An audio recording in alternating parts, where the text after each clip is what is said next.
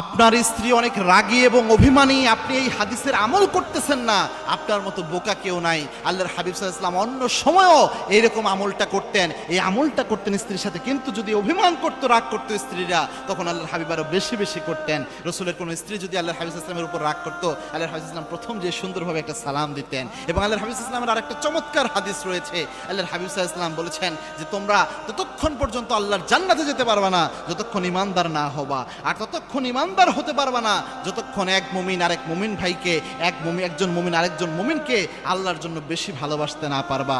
আর আমি কি বলে দিব না কোন জিনিস একজন ঈমানদারের সাথে আরেকজন ঈমানদারের ভালোবাসাকে সবচেয়ে বেশি বাড়িয়ে দেয়? সাহাবা একরাম বলছেন, ইয়া রাসূলুল্লাহ বলে দেন। আল্লাহর হাবিব সাল্লাল্লাহু আলাইহি ওয়াসাল্লাম বলেছেন, আফশুস সালাম, তোমরা একে অপরকে সালাম দাও। স্বামী স্ত্রীকে সালাম দিবে, স্ত্রী স্বামীকে সালাম দিবে। এটা দিলে আল্লাহ রাব্বুল আলামিন ভালোবাসা বাড়িয়ে দেয়। এজন্য স্ত্রী অভিমান করেছে, রাগ করেছে, অবশ্যই রাগ ভাঙাবেন, এটা রাসূলের সুন্নাহ। আপনি যে সুন্দরভাবে একটা সালাম দেন, এটাই হচ্ছে নবীজির সুন্নাহ।